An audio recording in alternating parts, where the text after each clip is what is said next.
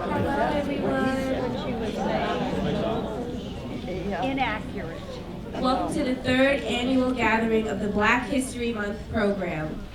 It's great to see so many enthusiastic men and women here celebrating the history of African American culture over the years. The Whitney Center is pleased to host this conference in our Cultural Arts Center this year, where we will have the opportunity to see incredible performances as well as learn about our residents' involvement in this year's program. We want to thank our guests and residents for their generous contributions to this event and Black history as a whole, past and present. I know that many of you have traveled outside the organization to be here, and we would like to send you our deepest appreciation for your attendance today. Before we begin the event, I would like to hand the mic over to our President and CEO, Michael Ramboros, to conduct our official Black History Program greeting to our guests and residents.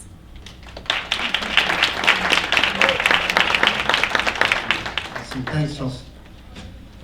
Good afternoon. I'm glad so many of you could make it, given everything that's been going on the past few weeks. We're glad to see a bunch of healthy, happy faces. Welcome. I want to thank not only our attendees, but our staff and everyone that's been involved in putting this wonderful event together. The last couple of years have just exceeded expectations, and I'm sure today will as well. So I'll keep just my welcome remarks brief. But I ask for your indulgence is that normally I just kind of do it off the cuff, but I have written a little something here that I feel very strongly about. On April 3rd, 1968, Dr. Martin Luther King Jr. gave what would be his final speech to an audience of striking black sanitation workers in Memphis, Tennessee. Now, some of you, I'm betting a lot of you, may recognize part of his famous closing lines of that speech. I just want to do God's will, and he's allowed me to go up to the mountain, and I've looked over, and I've seen the promised land. I may not get there with you, but I want you to know tonight that we as a people will get to the promised land. Those words were indeed prophetic, as Dr. King was assassinated the next day. Now, in that speech, not as famous as his I Have a Dream speech, Dr. King said, "We are determined to be people. We are God's children. And if we are God's children, we don't have to live like we are forced to live." And he asked, now what does all this mean in this great period of history? And he answered with messages of unity, focus on issues, and nonviolent perseverance. He called for, quote, standing up for the best in the American dream, end quote. And it is this that resonates with me, standing for something. What do I stand for? What do we stand for? This, for me, is the significance of this celebration of Black History Month in general. Unity in standing for community and respect for all people, all individuals. Those are two of our 5 values here at Whitney Center: community and respect. And this is a wonderful celebration of our commitment to that for each other and for every individual. And I think this is a wonderful example of how we live that here at Whitney Center. And so as we think about Black History Month, as we think about our relationships with one another, I ask that you recall Dr. King's words, unity, focus, and perseverance, as we think about the future of our community, the future of our country. And I know today is linked with a message for voting. As we think about our responsibility, think about community and respect for every individual.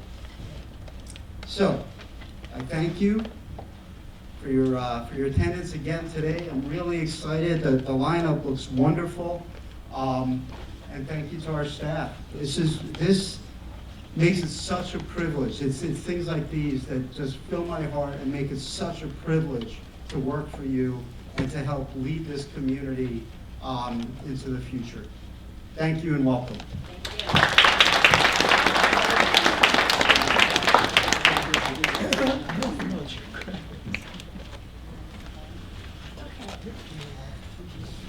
So next, I'm just going to be giving a short bio for our saxophone player, David Davis.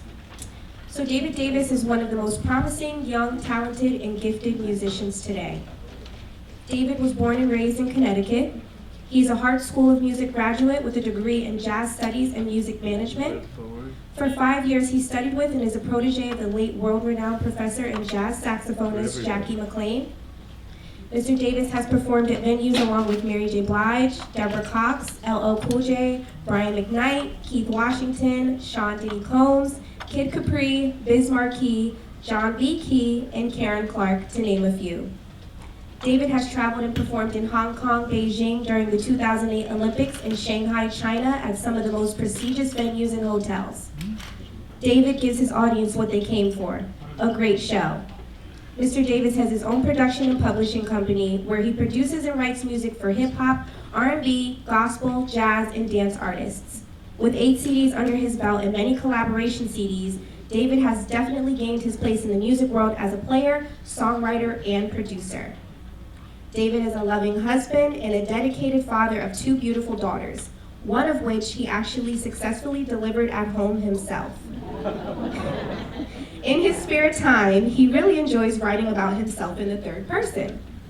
Without further ado, I present Mr. David Davis.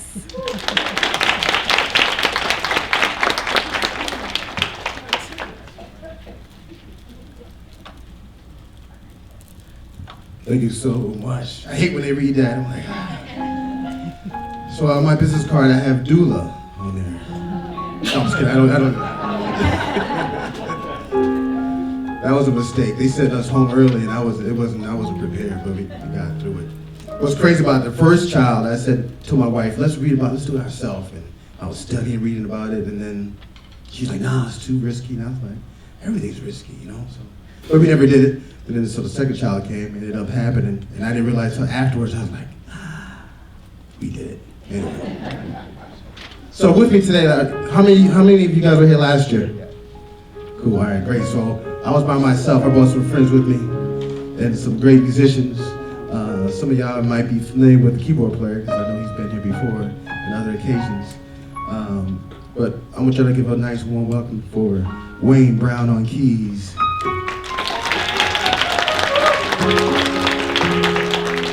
He's an awesome producer, singer, rapper, keyboard player. Might be a dancer. Yeah, he can dance. Yeah. He's the entertainer. So, and on drums, I want y'all to give a nice warm welcome for one of the most talented drummers in Connecticut. He plays drums, but he can play keys, he can sing, he can preach. His name is Dexter Petaway.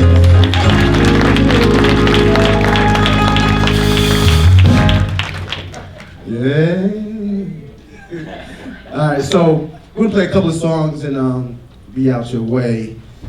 One of the songs I know what we're gonna play. The second song I don't know what we're gonna do yet. I'm gonna improvise something with them to do something fun. Y'all like having fun? Yeah. All right, I'm in the right place. All right, so the first song we're gonna do is lift every voice and sing, and I'm gonna do an instrumental version of this, different arrangement. So you guys can sing along if you know the words. Most people don't. But if you know the words, sing along. If not, hum along. Lift every voice.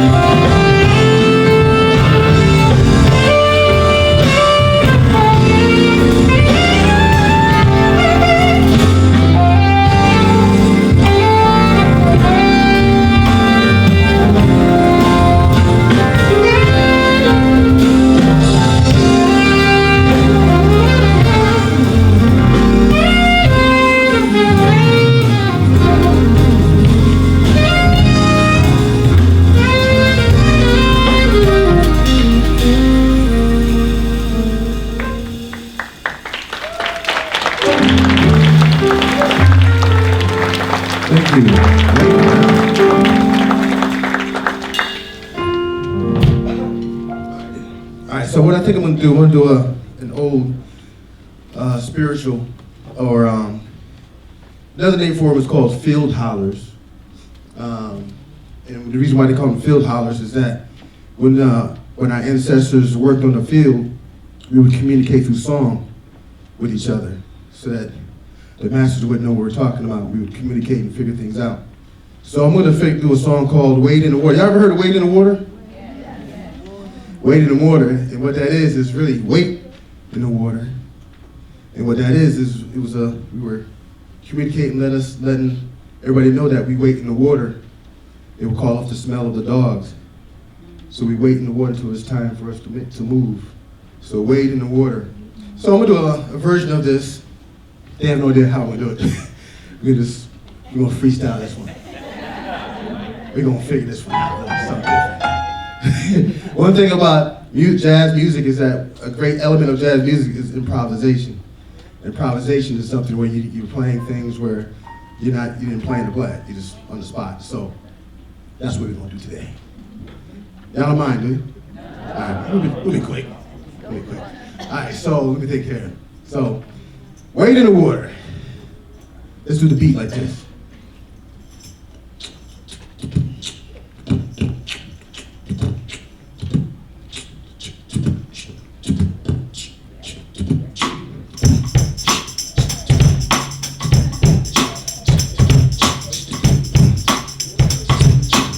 All right, we're gonna do some C minor, right? Wait, the bass, I want you to do for the bass. Start with the bass like this.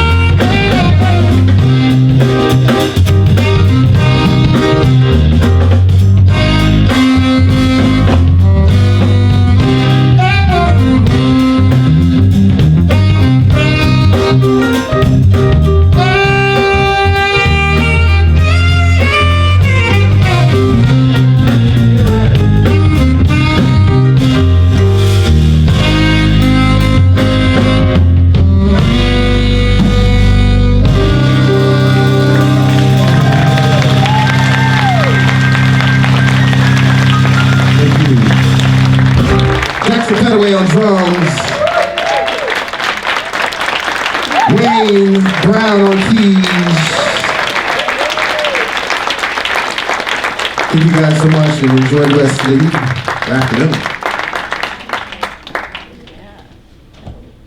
David.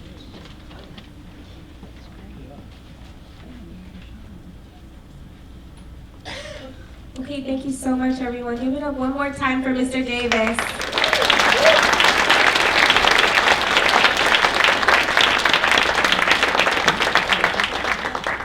So before we continue any further, we just wanted to stop and take a moment for the residents last year that contributed to the Black History program who are unfortunately no longer with us. So in loving memory, we have Carl Puleo. We're sad to announce that on December 29, 2019, we had to say goodbye to Carl Puleo. Born in Oil City, Pennsylvania, family and friends are heartbroken to have lost their loved ones. So at this time, I'm asking everyone to please give the family of the Puleos a moment of silence on his behalf.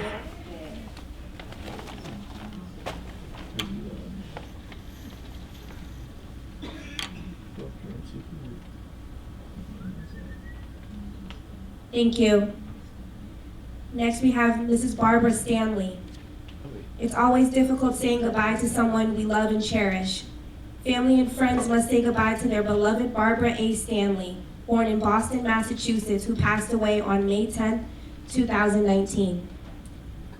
Again, we ask for a moment of silence for the family of the Stanleys.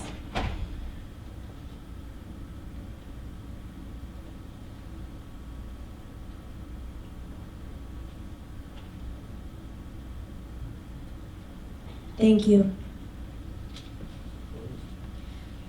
Next, we have a poetry reading by Rashawn Hollis. And give it up for him, everybody.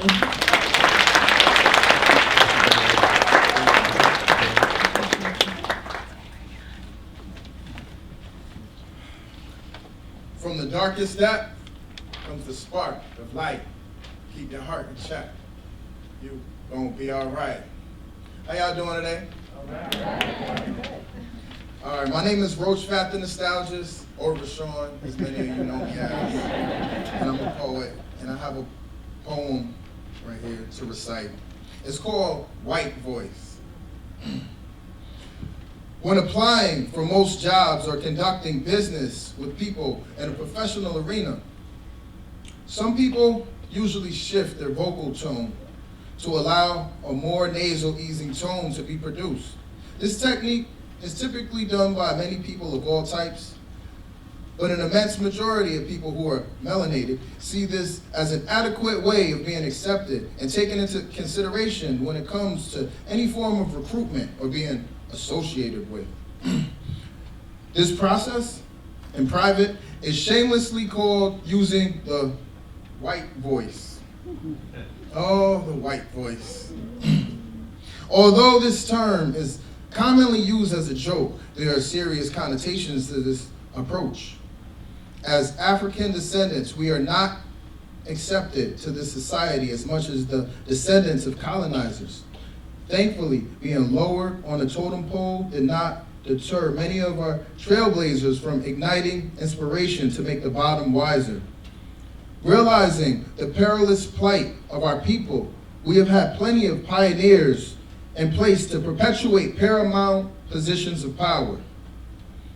To be well-spoken is important, but it's very special to remain who you are as an individual.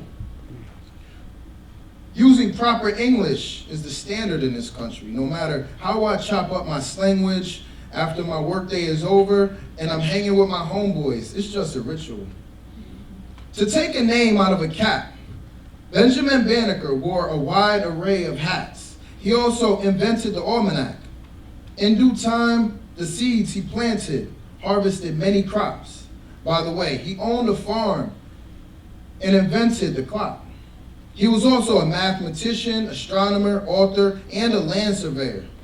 So with my deep voice, full, abrasive tone, I say this with my black voice.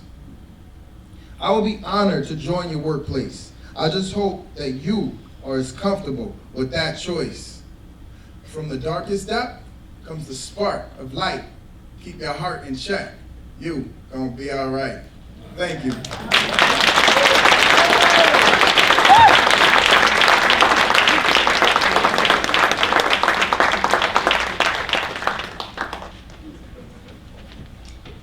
so much, Rashawn.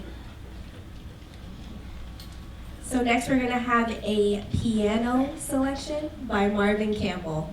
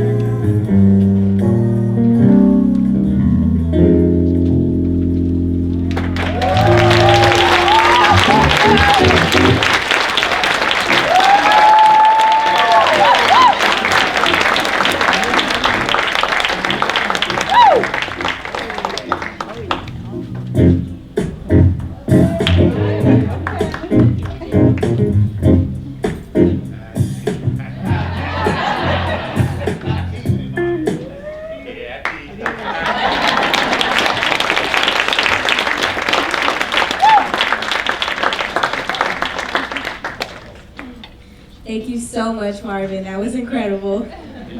All right, so now we're going to have a 15-minute intermission, and we just ask everyone to stick around if you can, because we are going to be having something up on our projector to display in the meantime. Enjoy.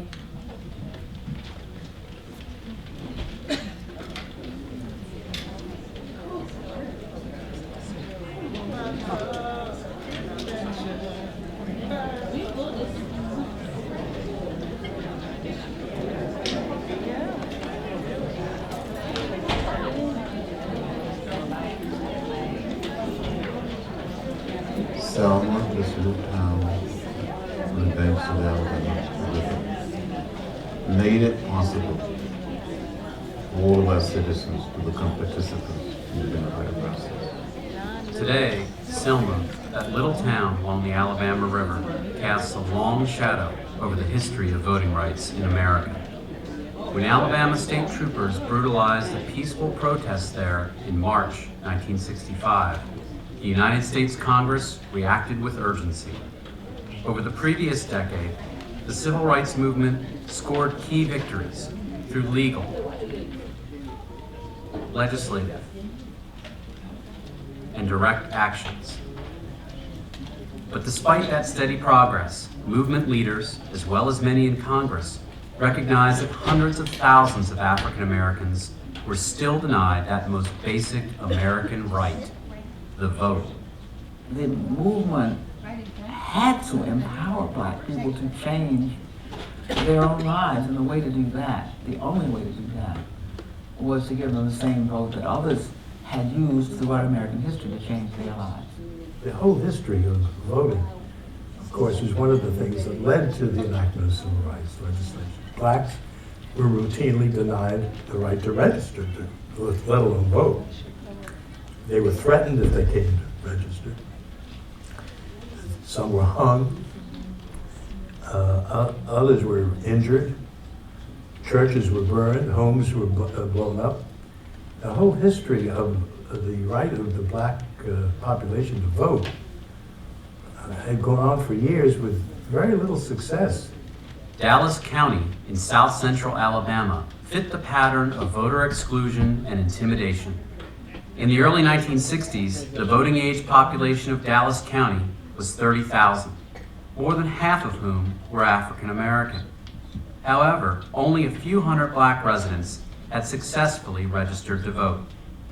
With an invitation from local black leaders, the Southern Christian Leadership Conference, commonly called SCLC, led by Dr. Martin Luther King Jr., decided to focus its next campaign on Selma, the seat of Dallas County, in late 1964. Registering black voters would be the primary goal. On January 2nd, 1965, King and the SCLC arrived in Selma, and the voter registration campaign began. The local sheriff and his deputies, in favor of segregation, reacted violently, beating and arresting black citizens. Throughout January and February, the jail population continued to rise. Reports of imprisoned children and the startling fact that there were more blacks in jail than on the voter rolls raised alarms on Capitol Hill. In early February, after a congressional delegation investigated the situation in Selma, members called on Congress to pass voting rights legislation. Some introduced voting rights bills of their own. Despite congressional concerns, the tension and violence continued unabated. On February 18th, in nearby Marion, Alabama, a night march turned violent, and a young man named Jimmy Lee Jackson was shot as he tried to defend his mother from state troopers. When Jackson died from his injuries 8 days later, James Bevel, a member of the SCLC, called for a march from Selma to Montgomery to honor Jackson. Over the next week, Bevel's idea grew to encompass a broad protest against voting rights abuses. On Sunday, March 7th, some 600 individuals set off from Selma's Brown Chapel AME Church and began walking toward Montgomery. The demonstrators took a route across the Edmund Pettus Bridge, spanning the Alabama River. When they reached the opposite bank, Alabama state troopers blocked the road, refusing to let them pass. To be detrimental to your safety to continue this march, and I'm saying that this is an unlawful assembly. This march will not continue. Troopers here advance towards the group. You saw these men putting on their gas masks. And behind the state troopers, a group of men, part of the sheriff posse, on horses. They came toward us, beating us with nightsticks, trampling us with horses, releasing the tickets. Was hit in the head by a state trooper with a nightstick. My legs went from under me. I don't know how I made it back across the bridge, but apparently the group just literally took me back. John Lewis suffered a fractured skull. Including Lewis, 17 marchers were hospitalized and roughly 100 wounded in all. That evening, network news channels broadcast footage of what came to be known as Bloody Sunday. On Monday morning, the front pages of newspapers across the country recounted the violence on the Pettus Bridge. The nation's and the world's eyes were on Selma. In Washington, mail and telegrams began to pour in, demanding congressional action on voter legislation. On Capitol Hill, members of the House took to the floor to register their horror at what had happened in Selma. The violence only amplified the need for a quick legislative solution. On March 15th, 8 days after Bloody Sunday, President Lyndon Johnson addressed a joint session of Congress, calling for passage of the Voting Rights Act. There is no moral issue. It is wrong, deadly wrong, to deny any of your fellow Americans the right to vote in this country. In a show of solidarity, Johnson used the cry of the movement to underline his commitment to the cause. But really, it's all of us who must overcome the crippling legacy of bigotry and injustice. And we shall overcome. While Capitol Hill readied the legislative response to Bloody Sunday, demonstrators in Selma organized a second march. Once again, state troopers blocked their way. This time, the incident ended peacefully, and the marchers returned to Brown Chapel. For the next 2 weeks, the SCLC negotiated with federal officials, seeking an injunction to prevent the state of Alabama from interfering with the march.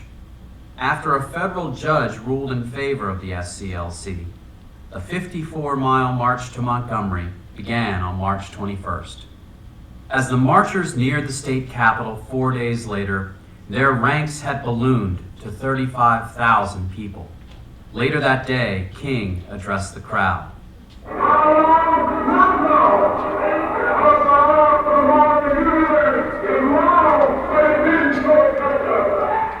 The Voting Rights Act was introduced on March 17th, 2 days after President Johnson spoke to the joint session. Over the next 4 months, the bill sailed through the judiciary committees of the House and Senate. The moral authority behind voting rights reform was so apparent that the bill swiftly cleared the normal legislative hurdles. The bill that was developed by the Justice Department was ingenious. We were receptive to that bill immediately when that came up. That bill went through the committee like a hot knife through butter. We had 10 days of hearings, not 22 days. From start to finish, that bill passed the Congress in 6 months. Voting Rights Act. By late July, the House and Senate reached agreement on the legislation, and the Voting Rights Act passed in early August by wide margins in both chambers. The final version of the legislation was sweeping. Echoing the 15th Amendment, it prohibited interference with the right to vote and barred literacy tests in elections. a section identified states where less than 50% of the voting age population had voted in the previous election and put their election laws under the supervision of the U.S. Department of Justice. The Attorney General gained the authority to appoint federal voting registrars and poll watchers, and was urged to file suit in states that utilized the poll tax as a discriminatory tactic.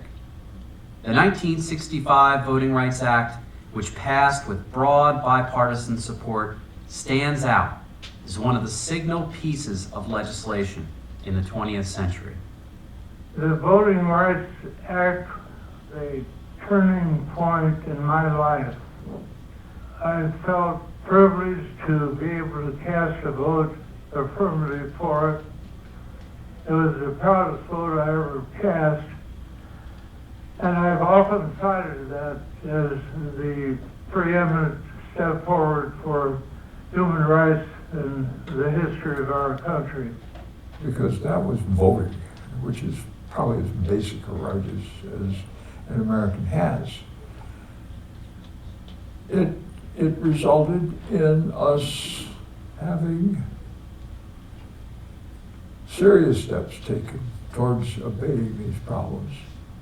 And I think most everybody now recognizes that it in fact did save this country. President Johnson came to Capitol Hill to sign the bill into law on August 6th. The rotunda of the Capitol is one of the great temples in the country, if not, certainly a political temple in the country.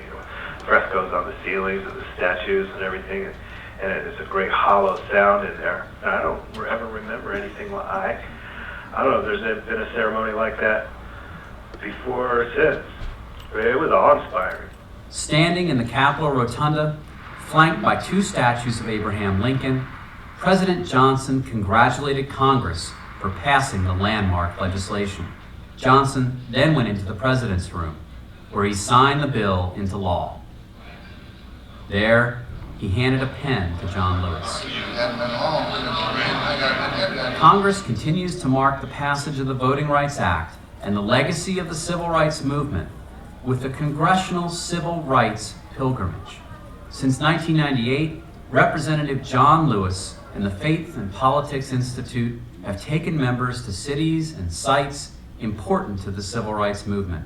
The annual pilgrimage culminates when the group marches across the Edmund Pettus Bridge. Why is it important? For members of Congress, I think it is a reminder of the value of the right to vote.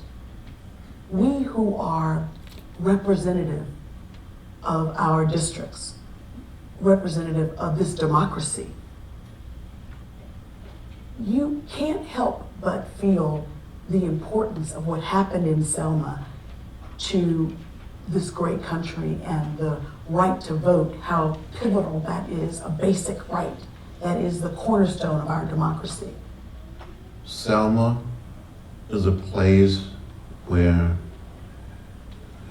we injected something very meaningful into our democracy. We opened up the political process. It made it possible for hundreds and thousands and millions of people to come in and be participants.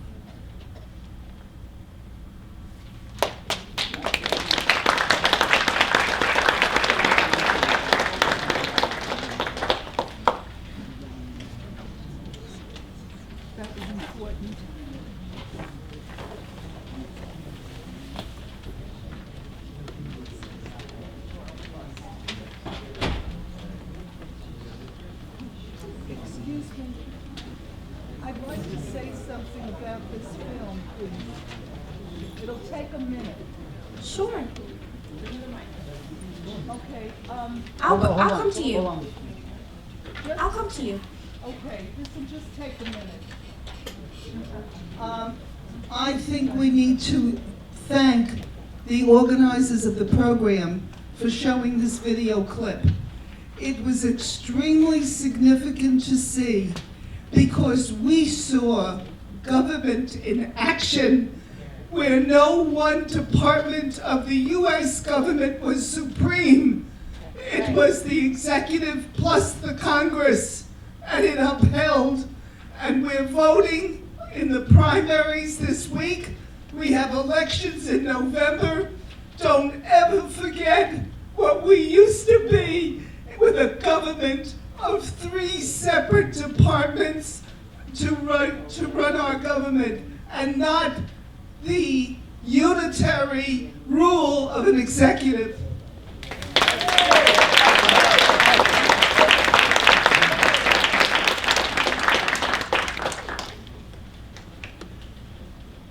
Thank you so much for that commentary. If anyone is interested in registering, Mrs. Johnson is in the back to assist you.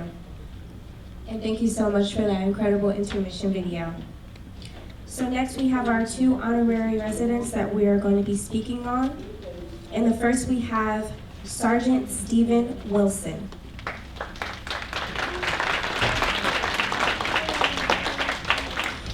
As a young Howard University attendee in 1968, Stephen Wilson volunteered at the Poor People's Campaign. A march on Washington developed in efforts to gain economic justice for poor people in the United States. This campaign was organized by Dr. Martin Luther King Jr. himself, along with the Southern Christian Leadership Conference, better known as the SCLC. Shortly after the PPC rally that Stephen Wilson assisted with, Dr. Martin Luther King Jr. was assassinated on April 4th. He later became part of the Black Panther organization from 1969 to 1972, meeting historical figures like Alvis Claiborne and Black Panther Philadelphia chapter leader Reggie Shell. In August of 1970, Stephen Wilson made the warning call to the Philadelphia Black chapter that a police raid was in progress. Unfortunately, his call came too late and their members were arrested, stripped, and photographed by Philadelphia police. It was a humiliating experience for the members, but one of the pioneering moments in history that solidified against police brutality that we still struggle with as African Americans today. Mr. Stephen Wilson took part in that history, and as a result, we are honored to have him as our guest today. As a military veteran in the 1st Cavalry Division for over 15 years, and a track and field coach at Hamden High School for over 13, we see that there is nothing Stephen Wilson won't do to protect and uplift his community. Mr. Wilson is a member of the Habitat for Humanity and served as a commissioner for human rights here in Hamden, Connecticut. He pushed for more Black teachers to be hired in the public school district in order to ensure the quality of Black education and Black history being delivered to their students. Prior to his retirement, he worked as a mechanical engineer and developed nuclear submarines. Needless to say, we are very fortunate to have such a powerhouse as one of our honorary guests for not only this event, but at the Whitney Center as an organization. Sergeant Stephen Wilson, we commend you for all your accomplishments and thank you for your outstanding service.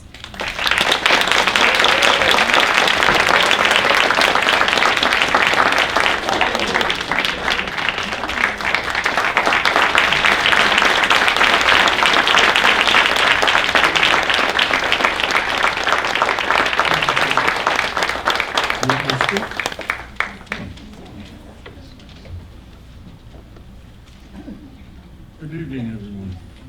Thank you for allowing me to take the time to talk to you. My name is Stephen Wilson. I'm a resident of Hamden, Connecticut for the past 38 years. I have 3 daughters, and I'm glad to be here. I had 2 surprises today. I was surprised that my name was listed on the program to speak. I wasn't aware of that until I got here. And my second surprise, I'm a track and field coach. And one of my best athletes all of a sudden walked in the door.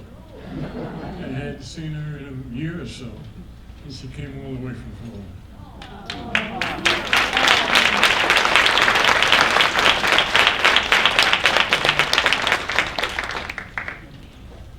So let me give you a brief synopsis of my, as the 2 ladies of interview called, the outstanding career. I didn't know it was outstanding. I just thought it was a career. And I started out in engineering, and I always thought I was going to be an engineer, but when I was younger, I thought I was going to play in the NBA. And I remember one day my father asked me, are you going to go to the NBA or are you going to go to engineering school?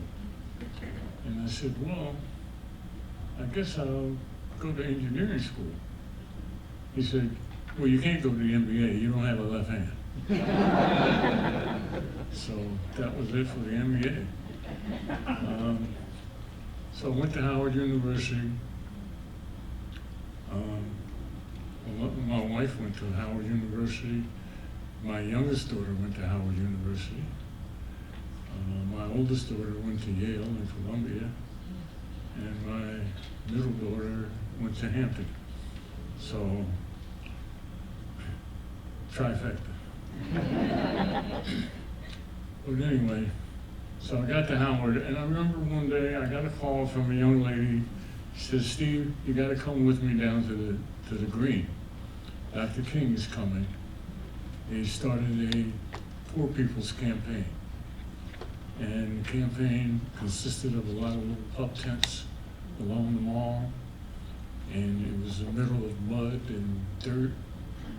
And we volunteered, we fed the people, we picked up the trash, we kept it clean as possible. And that Friday night, I believe it was Friday or Thursday, we got a call that Dr. King was actually going to come and speak to some of the workers. And he came in, and he spoke to us. And it was uplifting. And he left, and he went to Memphis, and he got shot.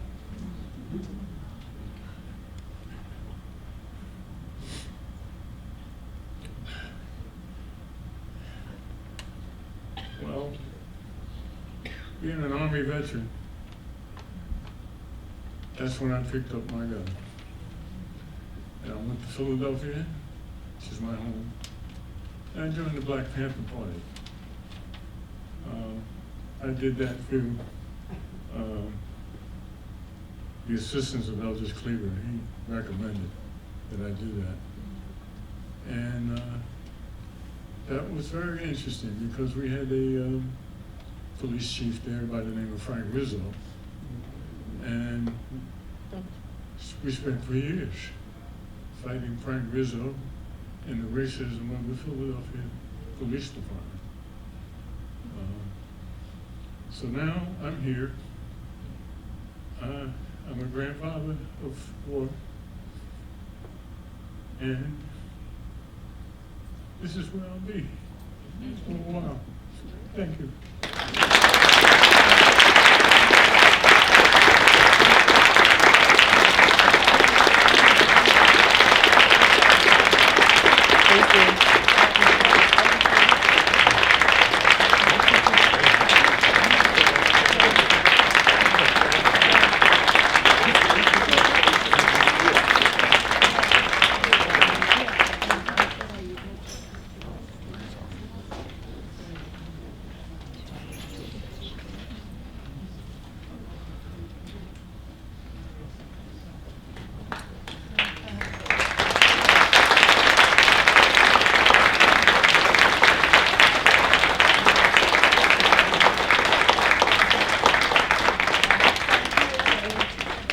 Thank you so much, Mr. Wilson.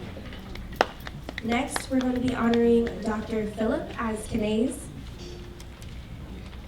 Dr. Philip Askenase was in the Navy during the Vietnam War conducting medical research on behalf of the Naval Hospital, NIH, when he became involved in the medical aspect of the famous marches of 1968.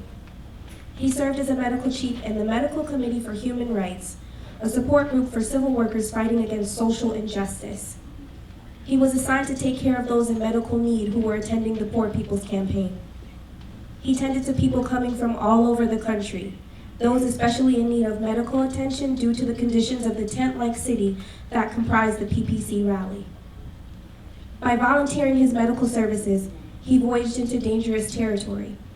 This was the year that Dr. Martin Luther King was assassinated. As a result, was to be the most violent period in Mississippi since the days of Reconstruction. A riot broke out following his sudden death, and many African Americans were arrested. Dr. Askanase was assigned as the doctor who assisted the protesters who were jailed. He recalls the cells being so full that it seemed as though they were packed inside like a can of sardines.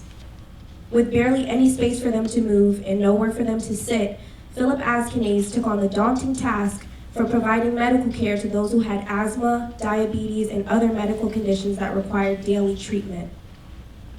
Following his involvement in this historical moment of time, he had the pleasure of meeting members of the Southern Christian Leadership Conference. Prestigious leaders such as Andrew Young, who went on to become Senator of Georgia, Reverend Jesse Jackson, whom Dr. Askanase remembered to be a young, fiery South Carolina preacher with a lot of charisma, as well as Dr. Abernathy, the leader who resumed Dr. King's work following his death. His involvement awarded him an honorable mention in the book The Good Doctors, written by John Didimer, which won the Bancroft Prize. Dr. Philip Askanase went on working with well-known models of cutaneous immune hypersensitivity and immunity at Yale School of Medicine. Dr. Askanase discovered the series of steps from challenge with an antigen and a sensitized host to the entry of T cells into the site of challenge. These findings are relevant to the diagnosis and therapy of allergic and autoimmune diseases, as well as cancers and transplantation. Dr. Philip Askanase, we are so humbly honored to have you as our honorary guest this evening and extend our deepest appreciation for your medical contributions and profound service.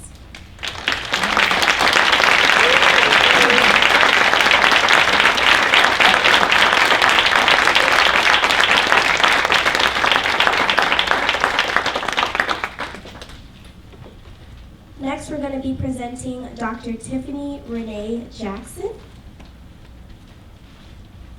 And she's going to be singing some amazing opera for us. I'm just going to read a little bio so you can get some background on her. Dr. Tiffany Renee Jackson is a groundbreaking, highly recognized classical and jazz singer, bodybuilder, nutrition specialist, and teacher. She was raised in New Haven, Connecticut, where she attended the Cooperative High School of Arts and Humanities and the Educational Center for the Arts before earning her Bachelor of Music from the University of Michigan. She acquired her Master of Music and Artist diploma from Yale University, then Professional Studies degree from the Manhattan School of Music, and a doctoral of Musical Arts from the University of Connecticut. Dr. Tiffany Renee Jackson has an extensive lauded singing career spanning in both classical and jazz. After honing her craft with the Houston Grand Opera Studio, she sang with orchestras and symphonies around the world in Norway, Slovenia, Germany, and many others. In addition to an illustrious career as a singer, Dr. Jackson has taken on unexpected journeys that have come to lead her to her current life's work. In 2003, she was chosen to accompany Oprah Winfrey to South Africa, where she met Nelson Mandela at the World AIDS Day concert in Cape Town. As a teacher, she has taught in several private schools, including Green Farm Academy and Choate Rosemary Hall, where she is currently a voice instructor. She has also received certifications as a sports nutrition specialist and personal trainer, and brought her talents together in 2011 when she appeared on America's Got Talent, performing as Necessary Diva, the opera singing bodybuilder. These diverse paths led Dr. Jackson to create her Gift, Purpose, Passion project that helps students recognize their gifts, discover their purpose, and develop their passion. In addition, through her nonprofit, this project will endeavor to provide resources to gifted musicians in underrepresented communities. Dr. Jackson's latest endeavor is a one-woman show, From the Hood to the Ivy League, which receives its stage debut at the Paul Mellon Arts Center in Wallingford, Connecticut, January 17, 2020. The Educational Center for Arts is hosting a performance on May 14, 2020. So without further ado, I present Dr. Tiffany Renee Jackson.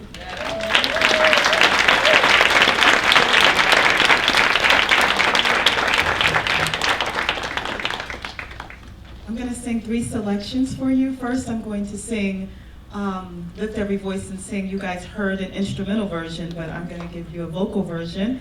And I'm going to sing an Italian song by Giuseppe Giordani, Caro mio ben. And then I would like to dedicate my last song to all the residents here at Whitney Center called My Funny Valentine.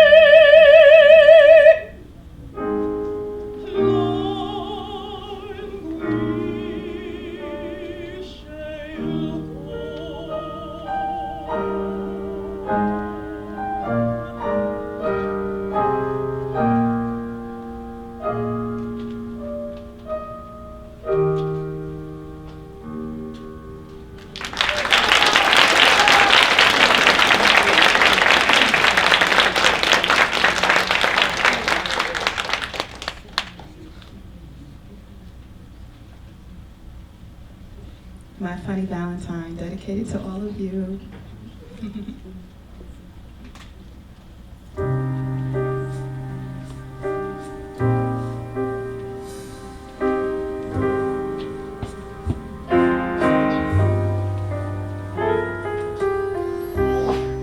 My funny Valentine, sweet comic Valentine, you make me smile with your heart.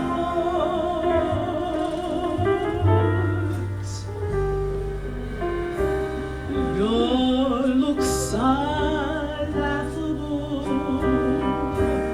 unphotographable, yet you're my favorite work of art. Is your figure less than Greek?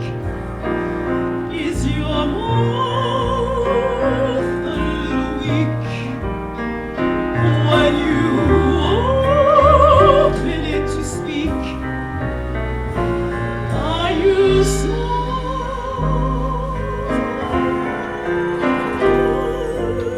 Don't change your hair for me, not if you care for me. Stay, little Valentine, stay.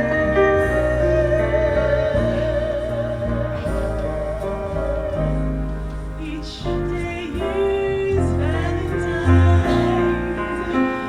Day.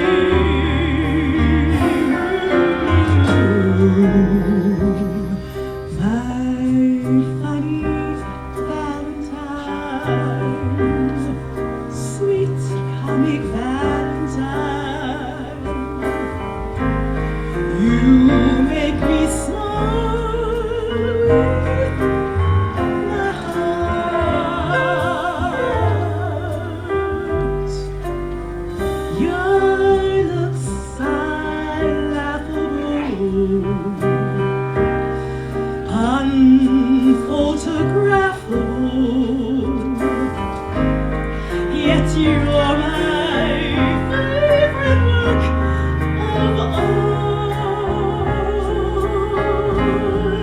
Is your figure less than Greek? Is your mouth a little weak? When you open it to speak, are you smart?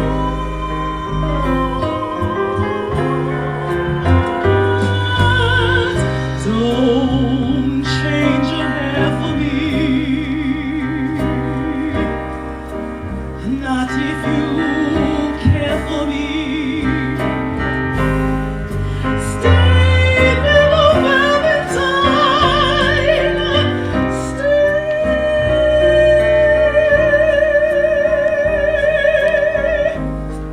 Each day is Valentine's.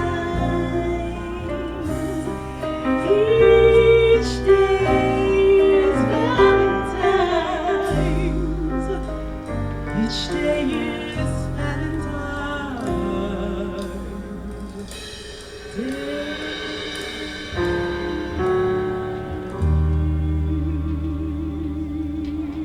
Love you guys.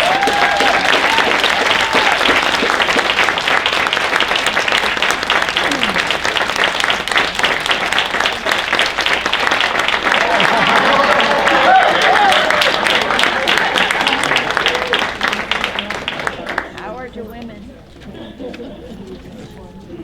Good afternoon, everyone. I can't follow that. With the voice or the strength. That's all right.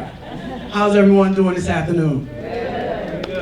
All right. Today we're going to start off now with a little bit of poetry from Miss Lakeisha from the dining room. Lakeisha, poem Aging.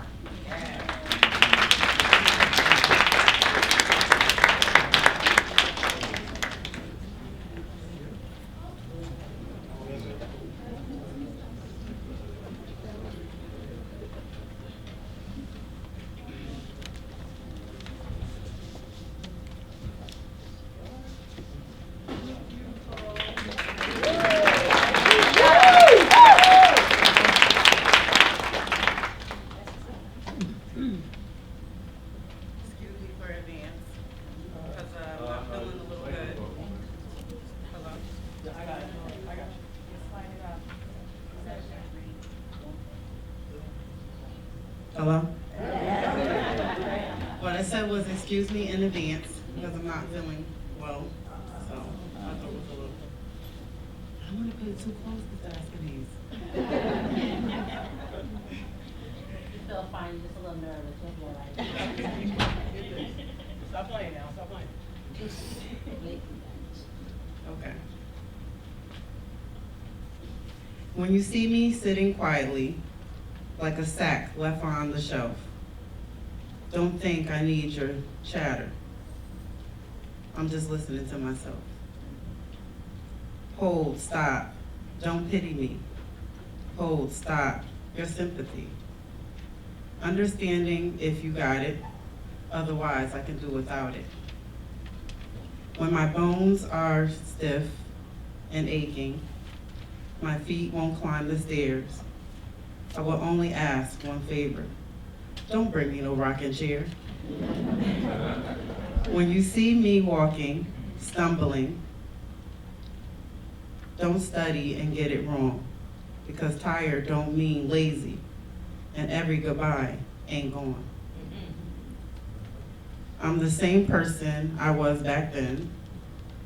A little less hair, a little less chin, a lot less lungs, much less wind. But ain't I lucky? I can still breathe in. That's it.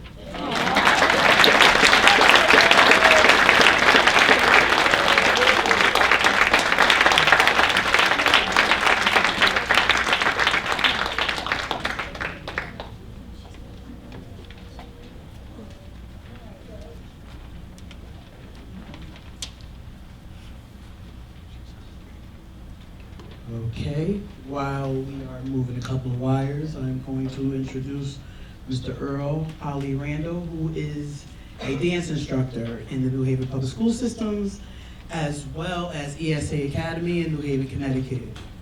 So you just give us about less than a minute, and we'll be ready to go. Not hungry, ain't y'all? I see those faces. Mm-hmm. It smells good.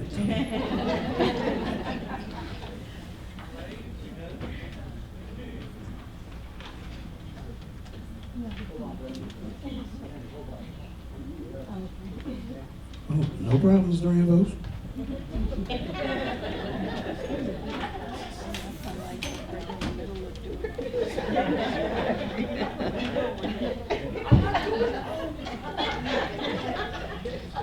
Isn't being class clown. Mr. Earl Ali Randall.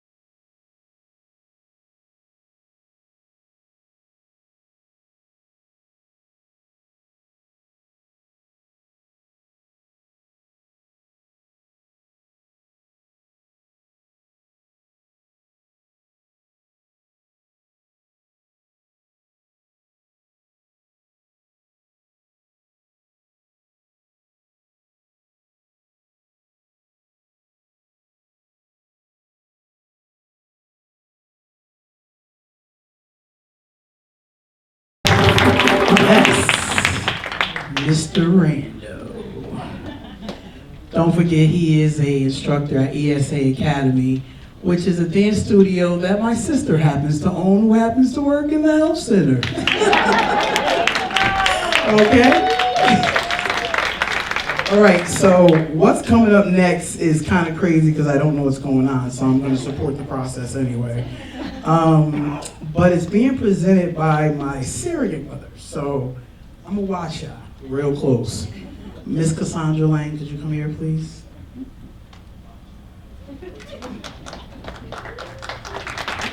So this is a special presentation by Cassandra Lang about Brandy's mom. Stephanie Marshall was a big influence. It's all right, Brandy. Brandy lost her mom back in '96, but her mother was a huge influence in New Haven in Ward 20 with voting, 22 with voting, and a lot of other things. But Miss Cassandra, her best friend, is going to talk about her. But this was a surprise to Brandy, so she didn't know about it. So that's why she's a little emotional. That's why.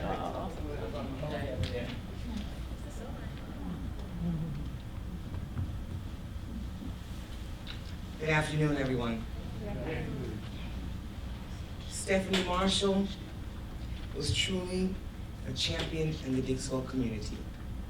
As a matter of fact, she's a champion all over the city of New Haven. She was a short little lady, beautiful smile, wore those big glasses so she could see you clearly. And when she spoke to you, she looked you in the eye. She was very constant and consistent, and she worked daily to make sure that young people and new residents in the community, particularly the Dixwell neighborhood, were registered to vote. She would get to know who you were. She'd become involved with you and your family. She knew everyone in the neighborhood, and everybody knew Miss Stephanie. She knew their families, their history, and their vision of the community in which they lived, worked, and played. She was enthusiastic, always looking on the bright side of every dark situation. She believed that there was nothing that couldn't be accomplished if there was a vision and a plan. She was dedicated. If Stephanie started a project, trust and believe she finished that project. And all along the way, she would bring everybody along to make sure they were invested in building their project, which had to do with the community. She was a teacher. You don't always have to be certified to teach to be a teacher. She knew the importance of the vote and the voice of the people. And everywhere she went and everything she did, even down to raising her children, she knew that it was important for them to never forget the vote was their voice in the political arena, and their voice was the vote of approval that was needed by those who led that political community. I like to consider her as a town crier. You know how I used to say, the British are coming. She would let you know anything that took place and changed, whether it was good or bad in the political arena, she would let you know. And then she would tell you within minutes, you know, there's something we've got to do. And it would be done. She was knowledgeable and a visionary. She believed in positive change and upward mobility. This is all demonstrated through her efforts throughout the city of New Haven. I know it says the second ward because it's the other side of the Dixwell community, that neighborhoods with the Dwight community, but she was all over the place. Her efforts to help her family in making sure that there was a safe haven for children to play in the Hills section is now known as the McLean Park. That was named for her father. The Dixwell Corporation. People like to think that the first local community major brand grocery store was either Shaw's or Stop and Shop on Lower Whaley Avenue. That is not true. The first was Seatown, and it took 30 years for that dream to come through to fruition. And that was a dream of Stephanie Marshall's. I I know because I was a young lady watching her as she sat with the Board of Alders and the Ward Committee to bring that change. And it was not just about feeding the people of the community, it was about creating jobs for people in the community. Her service on the Board of Alders and through the Ward Committees representing the Dixwell community in Ward 2 reached over into Ward 22. She was very faithful in making sure the doors of the Stetson Library stayed open when so many times they were threatened to be closed. Even when she moved away from that neighborhood and joined me in the West Rock community, Stephanie Marshall was still very, very integral as that library had to stay open. At that time, it was the only one in an African-American community. Her integral voice in the West Rock neighborhood was very, very challenging. They used to have a name for our urban area, and it was called the Wild Wild West, because it was West Rock. And we had many, many incidents of violence, gunshots, people learning how to roll on the floor instead of playing on the floor, their children. Stephanie Marshall came, even though she was under the weather, she was ill. But she came out and she learned to fight that fight. She was new to the neighborhood, but shortly after she arrived, we all knew her name. We knew her fame from Dixwell. She brought about a change to make sure that our young people felt safe and our families learned to feel safe in interacting with the New Haven Police Department through the community policing program. She was a loving mother to Simone, Troy, and Brandy, endeared grandmother, a sister. I think she was the shortest one, but she had the loudest voice. And of course, she was a friend to me. Particularly as a young lady in the political arena, she taught me how to stand tough and how to make sure that if I had a vision and a plan, bring it through to fruition and make a change for the better. If Stephanie were with us today, she'd be very involved in this particular year of 2020, which is in women's history, named internationally as the year of the valiant women of the vote. Let me say that again clearly. The year of the valiant women of the vote. She'd also be very involved because this is a very special year for the 2020 census. And she would be right there in the neighborhood, letting everybody know, don't be afraid to be counted. Matter of fact, you need to be counted so we can have some dollars in this community to do the things we need to do. With this, I conclude my remembrance of Stephanie Marshall. It has been my honor to speak to you today, and I'm hoping that you will remember she was a civil activist, she was a champion of social justice, and she was good old everyday people.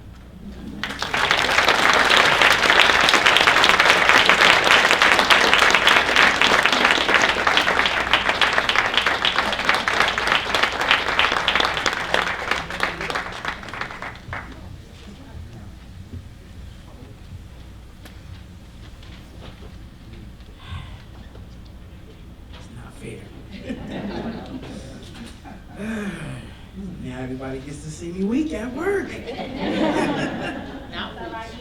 Whew.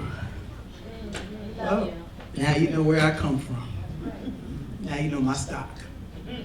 That's why you hear my voice down Main Street. Because my mama made sure that we had a voice and it was heard. I'm sorry for it now, but this is who I am. Whew. Thank you. Ms. Cassandra Lang is the woman who my mother talked to when I was 15 years old and asked her to make sure that my baby graduated high school. And she went to college. A year later, my mother passed away, and she did just that. So I thank her for that.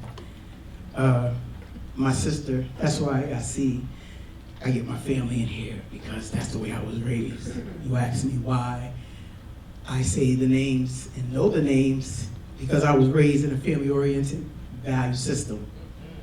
We were raised that no matter if they were 2 years older than you, it was Mr. or Mrs. such and such. That's just how I was raised. That's why sometimes some of you say to me, call me by my first name. Ooh, my mother wouldn't like that. So I do apologize for that.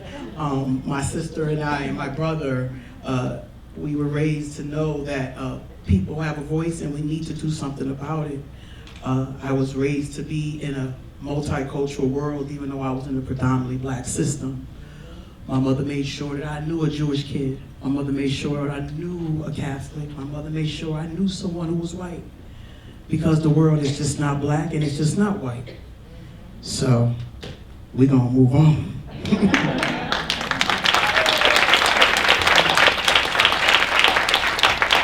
So next, I get to introduce Miss Kaylee Williamson. She's going to read a poem that her now 23? I think so. She's 23. Her 23-year-old cousin Skylar Williamson wrote. It's dear to us because Skylar is a young man who is a biracial child.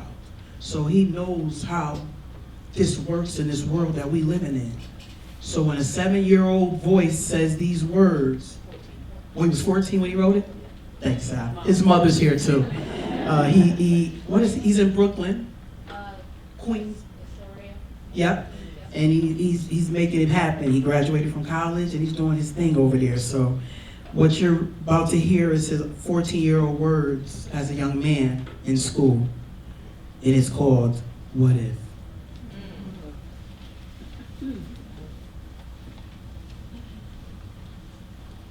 Afternoon, everyone. What If by Skylar Williamson. Did you ever stop to think how the world would be if folks had turned out differently? What if Obama never spoke true? What if Martin Luther King's dreams came through? What if Jackie Robinson never had a wish? Would Michael Phelps have swam like a fish? What if George Washington wasn't our first president? What if Michael Jordan gave up and lived amongst just like a resident? What if all the folks who had changed the world had lived and died and never tried? What if they had dreams that they held inside and never tried? Thank you.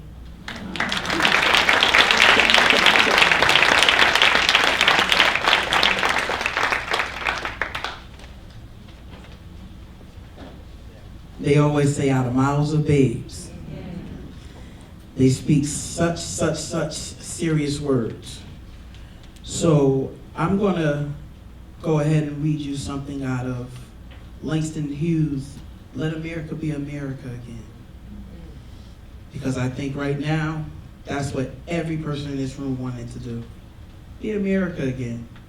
Some of us have immigrant parents. Some of us are immigrants. Some of us didn't want to come here, but we're here. And for some strange reason, the government is taking that policy and just running with it and forgetting that we do have a voice, no matter our age, color, religion. We need to remember that we got a voice that needs to be heard. So this is Let America Be America Again by Langston Hughes. Let America be America again. Let it be the dream it used to be. Let it be the pioneer on the plain, seeking a home where he himself is free. America ain't never was America to me. Let America be the dreamer's dream. Let it be the great strong land of love, where never kings connive nor tyrants scheme, that any man be crushed by one above. It never was America to me. Oh, let my land be a land where liberty is crowned with no false patriotic wreath, but opportunity is real and life is free. Equality is in the air we breathe. There's never been equality for me, nor freedom in the homeland of the free. Say, who are you that mumbles in the dark? And who are you that draws your veil across the stars? I am the poor, white, fooled, and pushed apart. I am the Negro bearing slavery scars. I am the red man driven from the land. I am the immigrant clutching the hope I seek. and finding only the same old stupid plan of doggy dog, of mighty crush the weak. I am the young man, full of strength and hope, tangled in the ancient endless chain of profit, power, gain, of grab the land, of grab the gold, of grab the ways of satisfying need, of work of the men, of take the pay, of owning everything for one's own greed.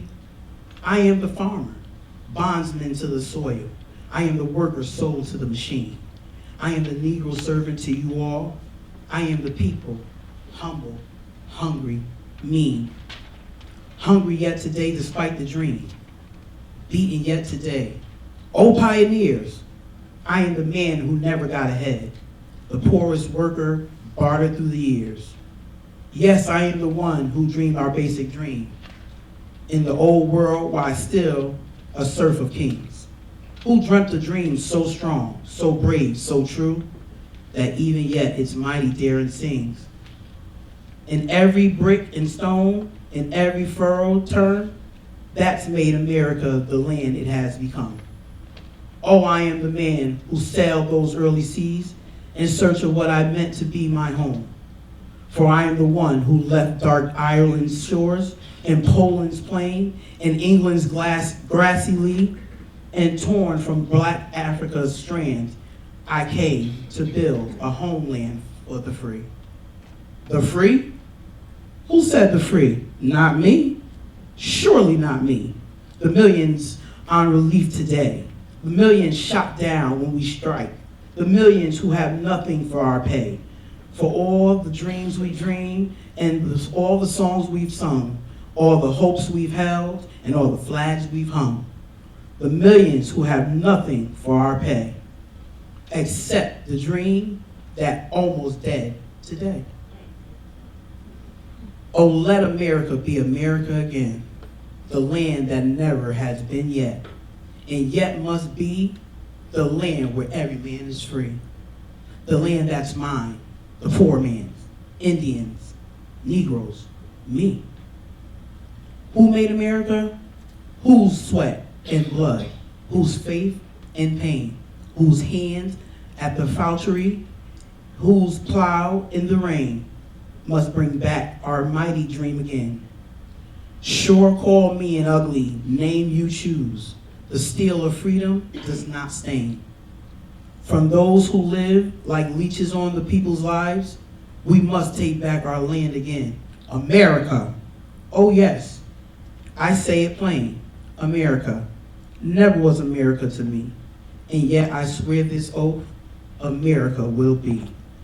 Out of the rack and ruin of our gangster death, the rape and rot of graft and stealth and lies, we, the people, must redeem.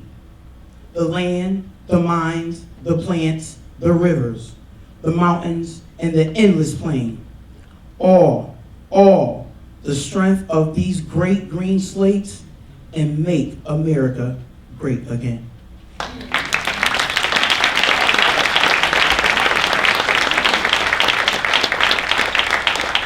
So I hope you enjoy that. I was kind of weary about reading it, but I felt the way the world is right now, we got to talk about it, and that's the only way we're going to make things change. We got to bridge the gap. Color, race, we got to do something because our planet is dying. We as a people, a nation, Earth, we've got to come together and figure it out. Tell your grandchildren, tell your children, tell everyone, it's time to vote. We got to get this right. All right. I just want to thank everybody. I want to thank everybody. We really had a great, awesome group of people that helped us. I want to thank Ms. Tasha Green, Ms. Chelsea Worthy, Stephanie Saunders, Ms. Simone Darby, Yolanda Yancey, and Ms. Ann Matisse. And residents, you guys are awesome. I appreciate each and every one of you. I tell people all the time, you know, I work at a place where it's predominantly Caucasian, but you guys got some stories about my people. And I appreciate you telling them, because I tell children all the time, it wasn't just black people walking on the stripes trying to figure out how we're gonna make this world a better place. It was white people, it was green people, purple people, it was every kind of person trying to make it work. Jews, Catholics, Christians. So I thank each and every one of you for your support, Ms. Margolis, Ms. Mevido, Ms. Freeman, Marjorie Freeman, Ms. McBride, Mrs. Greenbaum, Ms. Bartholomew, Mr. Wilson, Stephen Wilson, Mrs. Hawkins, Mrs. Crystal, Mrs. Johnson, and Mrs. Stambler. We thank each and every one of you for your support. And we want to thank all that participated from outside the Whitney Center, besides the employee life and resident services. We want to thank ACES students who gave some of the artwork that you saw today, ESA Academy for Mr. Earl, Ali Randall, the food that you are getting today. I did some of it this year. I had some things going on in my life, so I needed some support cooking. So a young man who used to work for us named Tyrone Jones and Concat Catering got together and did some of the food to support my process. So I thank them. Mr. David Davis and the strong woman herself, Dr. Tiffany Jackson. We thank you so much. Before we go eat, a lot of you don't have the luxury of going home with this great person right here. Come here, kid. Come on. You did it to me, I gotta get you.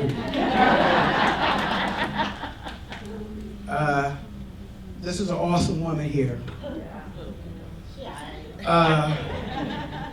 When I met her, I realized that a team needs a little bit of everything, and I felt we had it. And she does a lot here, so I think we're a dynamic duo up in this place called the Whitney Center. We try to get it working the best way we can and the support of our other employees and staff members. But I just thank her for putting her heart and soul into her everyday work, as well as trying to find a way to make sure that this program goes off without a hitch. She is the reason why you guys are listening to the things between her and Tasha getting it together. We thank them, and I just wanted to give her an appreciation and a thank you.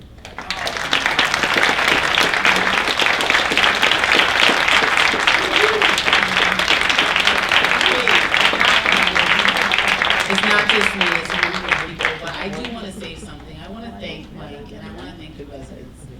You don't know how good it feels to work at a place where you can share who you are. There aren't too many places like that. I say to people all the time, what we do here at the Whitney Center is special. It's almost like our own little Disney World in my mind. We create some magic here that I don't know exists in a lot of other places. So we all should be really thankful and appreciative that we get to enjoy each other.